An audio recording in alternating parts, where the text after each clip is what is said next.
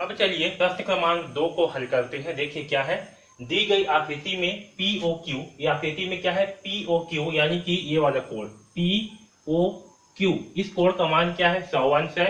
AP तथा AQ, AP और AQ दोनों क्या है वृत्त की स्पर्श रेखाएं है। PAO का मान याद कीजिए, हमें जो है PAO यानी कि इस वाले कोण जो ऊपर का कोण है इसका मान जो है ज्ञात करनी है। ओके, तो चलिए इस प्रश्न को हल करते हैं।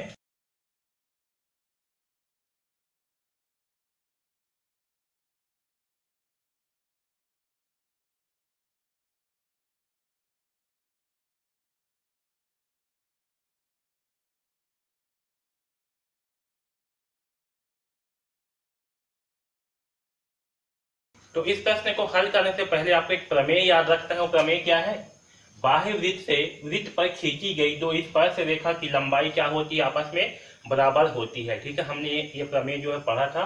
तो बाह्य बिंदु क्या है आपका, बिंदु ए है। यहाँ पे क्या कर रहे हैं, दो स्पर्श रेखा खींचे हैं, एक है AP और AQ।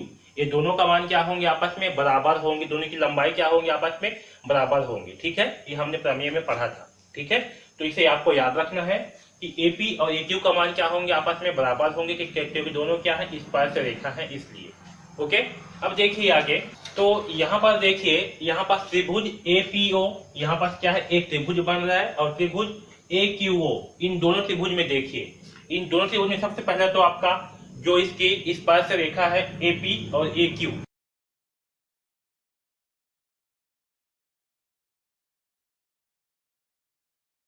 ओके, तो इस चित्र के अनुसार क्या होगा, जो AP है और AQ है ये दोनों क्या होंगे, आपस में बराबर होंगे। क्यों बराबर होंगे, क्योंकि ये दोनों क्या है स्पर्श रेखा है।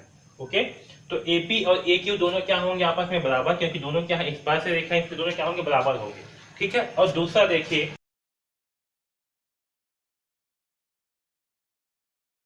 इसी प्रकार से जो PO है आपका क्या है PO, और ये जो QO है ये दोनों का मान भी क्या होंगे आपस में बराबर, क्योंकि ये दोनों क्या है इस वृत्त की त्रिज्या है। ठीक है, और त्रिज्या का मान हमेशा बराबर होती है, इसलिए ये दोनों क्या होंगे बराबर होंगे।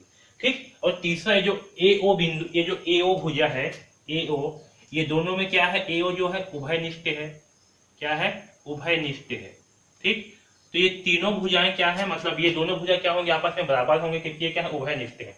तो देखिए AP के बराबर है AQ, PO के बराबर है QO, और AO के बराबर है AO। ठीक है, तो यहाँ पास क्या होगा, ये जो त्रिभुज आपका APO है ये क्या होंगे आपस में सर्वांग सम होंगे। क्या होंगे, सर्वांग सम होंगे त्रिभुज AQO के।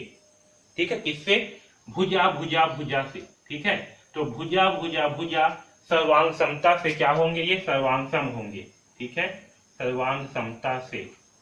ठीक, यहाँ लिख देता हूँ सर्वांग समता से, किससे, भुजा भुजा भुजा सर्वांग समता से ये दोनों त्रिभुज क्या होंगे आपस में सर्वांग सम होंगे। ठीक, अब देखिए ये दोनों त्रिभुज आपस में क्या है सर्वांग सम है, इसका मतलब क्या होगा कि जो कोण सर्वांग समता से, तो ये जो कोण POA है, ठीक है POA, ये क्या होगा बराबर होगा कोण QOA के, QOA के। ठीक है, क्योंकि ये दोनों त्रिभुज क्या है आपस में सर्वांग सम है, इसलिए जो POA है यानी कि ये वाला कोण, और QOA ये वाला कोण, ये दोनों क्या होंगे आपस में बराबर होंगे। ठीक, ये समझ में आया, ये दोनों का मान क्या होगा बराबर, क्योंकि क्या है ये सर्वांग सम त्रिभुज है इसलिए। और दूसरा कंडीशन देखिए, ये जो स्पर्श बिंदु है यहाँ से क्या किए हैं, केंद्र पर एक लंब डला हुआ है ना, तो स्पर्श बिंदु से केंद्र पर लंब डला है, तो ये जो कोण P है इसका मान क्या होगा 90 अंश होगा। ठीक है, और यहाँ पर देखिए ये जो APO है इसका मान क्या होगा 90 अंश। क्यों, क्योंकि स्पर्श बिंदु से क्या है केंद्र पर लंब है। ठीक है, तो लिखता हूँ स्पर्श बिंदु से, क्योंकि ये वाला कोण है क्या है स्पर्श बिंदु, और ये जो क्या है आपका ये जो वृत्त की त्रिज्या है इसके बीच का कोण है। ठीक है, तो ये क्या होंगे 90 अंश होंगे। ठीक है, ये भी क्या है एक प्रमेय है, ये प्रमेय भी आपको याद होना चाहिए। ठीक है, बहुत ही इंपॉर्टेंट प्रमेय है। तो आप जब भी ना रेखा गणित के प्रश्न को आप हल करेंगे तो आपको क्या करना है, पूरा प्रमेय को ना लिख करके एक पेज में उसको सामने रखना है। ठीक है, और हल करना है, ताकि आपको प्रमेय दिखते रहे, तभी आपको याद होगा। ठीक है, तो जब आप एक दो बार ऐसे अभ्यास करेंगे तो आपको प्रमेय जो है अपने आप याद हो जाएगा। ठीक है, तो क्या है स्पर्श बिंदु और त्रिज्या के मध्य जो कोण बनती है वो क्या होती है हमेशा 90 अंश का होती है। सम कोण होती है। ठीक है, तो ये जो APO है इसका मान भी क्या होगा, 90 अंश होगा। ठीक, यहाँ तक सबको समझ में आया। अब देखिए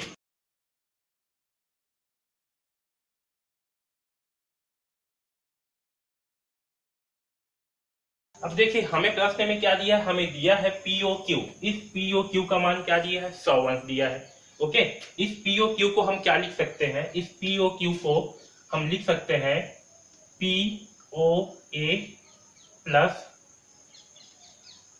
QOA लिख सकते हैं, POA प्लस QOA।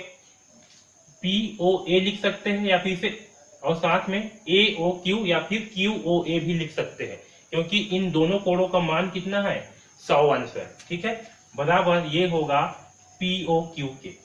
ठीक, अभी देखिए यहाँ से जो POA है और QOA है, ठीक है, POA और QOA इन दोनों का मान क्या है, आपस में बराबर है। यानी कि हम इसे क्या लिख सकते हैं, ये जो POA है इसे हम QOA भी लिख सकते हैं। ठीक है, या फिर QOA को हम POA लिख सकते हैं। ओके,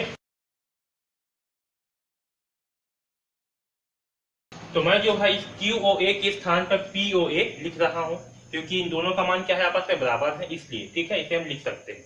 ठीक, तो बराबर क्या होगा, ये कोण POQ, इस POQ का मान क्या है, 100 अंश, तो यहां रख देते हैं 100 अंश। ठीक है, तो ये हो जाएगा दो कोण POA बराबर 100 अंश। ठीक है, और यहां से क्या होगा, हमें POA का मान प्राप्त होगा 100/2। ठीक है, तो 100 को 2 से भाग करने पर कितना आएगा, 50। तो POA बराबर क्या प्राप्त हुआ, 50 अंश। ठीक, तो हमें इस POA का मान क्या प्राप्त हुआ, 50 अंश। इस वाले कोण POA का मान क्या प्राप्त हुआ, इस वाले कोण का मान 50 अंश प्राप्त हुआ। ठीक है, अब देखिए ये जो त्रिभुज है आपका AOP में, ठीक है, तो त्रिभुज AOP में क्या होगा, तो त्रिभुज इस AOP में तीनों कोणों का योग क्या होगा, 180 अंश। यानी कि PAO plus AOP plus OPA इन तीनों का योग क्या होगा, 180 अंश होगा। ठीक है, तो चलिए इसमें जो है मान रखते हैं। तो PAO का मान क्या है, हमें नहीं मालूम, तो इसे PAO ही रखते हैं, प्लस AOP या फिर POA है, तो इसे AOP कोण O का मान कितना है, 50 अंश, तो यहाँ रखते हैं 50 अंश, प्लस